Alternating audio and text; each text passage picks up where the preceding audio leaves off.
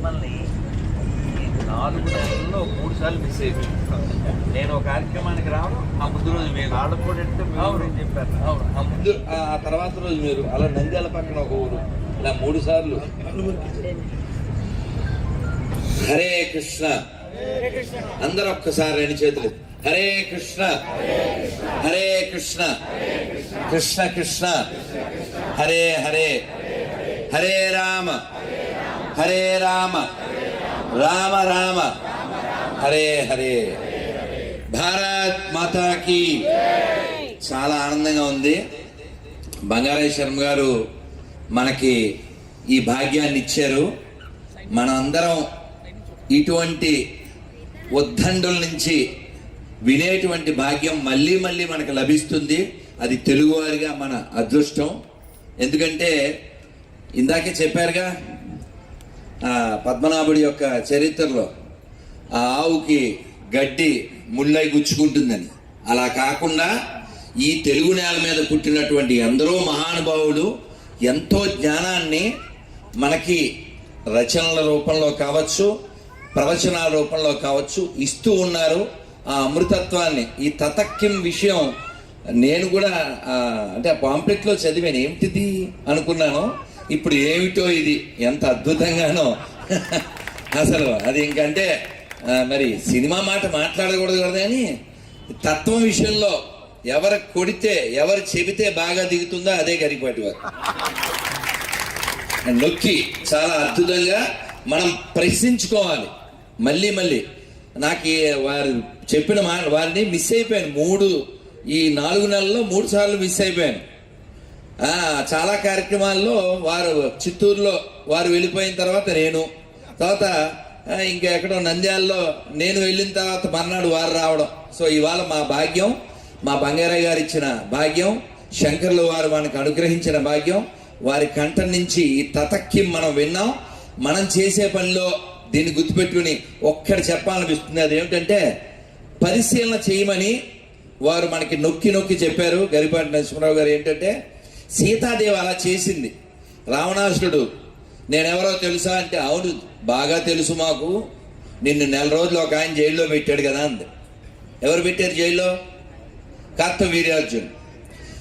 ఆ కార్తవీర్యార్జున్ని అన్ని బాహువులు నరికినటువంటి పరశురాముడిని నిలువరించిన వాడు నా రాముడు వచ్చి నిన్ను కూడా నిలువరిస్తాడు, నిన్ను వేసేస్తాడని అచ్చదెల్లు. అంటే ఆవిడ ఒక్కతే ఉంది సీతాదేవి, ఎవరు లేరు వెనకాల. కానీ ఆవిడ పరిశీలన చూడండి. రాముడు వస్తాడు, రక్షిస్తాడు.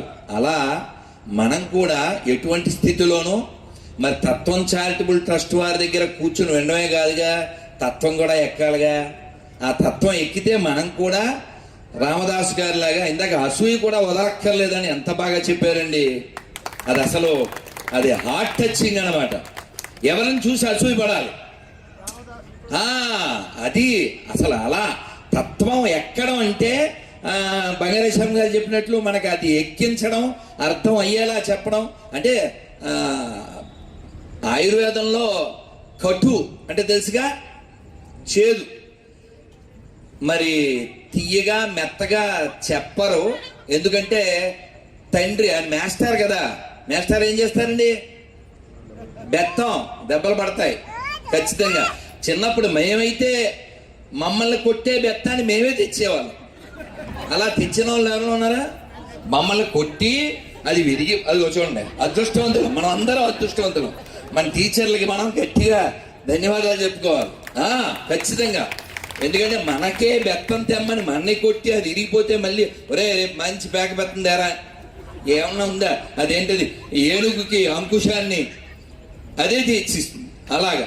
సో కాబట్టి మనని ఆయన ఒక టీచర్గా మనం ఫ్యూచర్లో మళ్ళీ ఏ క్రీచరో కాకుండా ఉండడానికి ఇంత బ్రైట్గా చెప్పి తత్వాన్ని ఇంత లైట్గా ఈ లైట్ల మధ్యలో మనకు అర్థమయ్యేలా చేసినందుకు మనం వారికి మళ్ళీ మళ్ళీ కృతజ్ఞతలు చెప్పుకుంటూ ఈ అవకాశం మనకి ఇచ్చినటువంటి ఆదిశంకర్ల వారి యొక్క ఈ భక్త సమాజం, ఈ తత్వం చారిటబుల్ ట్రస్టు, బంగారం లాంటి హృదయం ఉన్నటువంటి బంగారేశ్వరం గారికి అనేక ధన్యవాదాలు. ఇంకొక మాట చాలా మంచి పోల్చారు గరికపాటి వారి గురించి. ఏంటంటే అదే బంగారేశ్వరం గారు బంగారమే కదా, ఉట్టి ఎత్తులో ఉంటే కృష్ణ భగవానుడు దాన్ని ఎత్తులు వేసుకుని పీటలో ఇంకోటో వేసుకుని దాన్ని తీసి అందరికీ పెట్టినట్టుగా ఈ తత్వాన్ని మీరు గమనించండి. గరిబాటి నరసింహరావు గారు ఎన్ని విన్నామో మనం వింటూనే ఉంటాం రోజు. అవన్నీ చాలా అది అమ్మ కలిపి పెట్టినటువంటి చిన్న పిల్లవాడి పెట్టినంత చాలా గోరుముద్ద. అటువంటి విధంగా మనకి చాలా సులభంగా, అంటే కొండకచో కటువుగా ఉన్న ఆ కటువుగా ఉన్నటువంటి మందే మన ముందుకు తీసుకెళ్తుంది. ఆ విధంగా వారి యొక్క ప్రవచనాలు మనకెక్కి, ఇందాక వారే చెప్పినట్లుగా ఒక్క కిక్కుతో అది పోకుండా ఆయన చెప్పింది మరిచిపోతే మనం దిక్కుమాలను అయిపోతాం. అది గుర్తుపెట్టుకుని భగవంతుని దిక్కుగా గుర్తుపెట్టుకుని మనం ఆయన చెప్పారు. ఇందాక అది కూడా చెప్పారుగా విశ్వామిత్రుడా, ఇప్పుడు దక్షిణ దిక్కు వెళ్ళాం, ఇది కాదు ఇంకో దిక్కు అని. అంటే మనం వినడం చాలా ప్రధానం. అందుకని చెప్తున్నా, మళ్ళీ మళ్ళీ మళ్ళీ మళ్ళీ వింటూ ఉండాలి. విన్నదాన్ని వారు ఒక్కో మాట నాకు బాగా పట్టుకున్నది ఏంటంటే, నా చరణాలు పట్టుకోవద్దండి, ఆచరించండి. ఆచరణ కావాలి, ఇది కావాలి. ఊరికే నేను ఇప్పుడు రాగానే ఎవరో ఈ కాళ్ళ మీద పడే అలవాట్లు బాగా ఉంటాయి కదా మనకి. పుణ్యం కాన్సెప్ట్, నన్ను ముట్టుకోకండి, నేను సాక్స్ వేసుకోద్దాం అనుకున్నా, బాగుండదని వేసుకున్నా. కానీ ఎవరో అదృష్టం, ఈ ముట్టుకుంటే ఏదో వచ్చేస్తుంది, పట్టుకుంటే ఏం పట్టుకోవాలి? ఆ చెప్పింది పట్టుకోవాలి. ఆ చెప్పింది పట్టుకుంటే అది మనని పట్టుకుంటే మనం ఆయన్ని పట్టుకుంటాం. మళ్ళీ ఈ శరీరాలు ఏవి మనకు రాకుండా ఉంటాయి. అందుకని ఆ చెప్పింది విందాం, ఇలా ఆనందంగా ఉందాం. శంకరుల యొక్క కృపని మనం పొందుదాం. జయ జయ శంకర, హర హర శంకర. వారిని ఒక్కసారి శిరస్త్రాణంతో. ఇది నాకు రెండోసారి దక్కిన భాగ్యం. ఆ శంకరుల జయంతి 2022 కదా నేనేంది మనం అక్కడ నాంపల్లి స్టేషన్ గ్రౌండ్స్ ఎగ్జిబిషన్ అక్కడ మాకు మరోసారి అటువంటి విజ్ఞాన గనిని, అంటే వారికి అవార్డులు అవి చాలా చిన్నవి. సాగర ఘోష నేను చాలాసార్లు అది చెప్పినప్పుడు వారి లోపల ఉన్న హృదయ ఘోష అంతా అందులో చెప్పారని నేను విన్నాను. ఇప్పుడు కొనుక్కున్నాను, మా శివాజీ కొనిచ్చాడు కాబట్టి చదివేస్తాను. అందుకని ఇది నాకు రెండోసారి బంగారేశ్వరరావు గారు ఇచ్చిన భాగ్యం.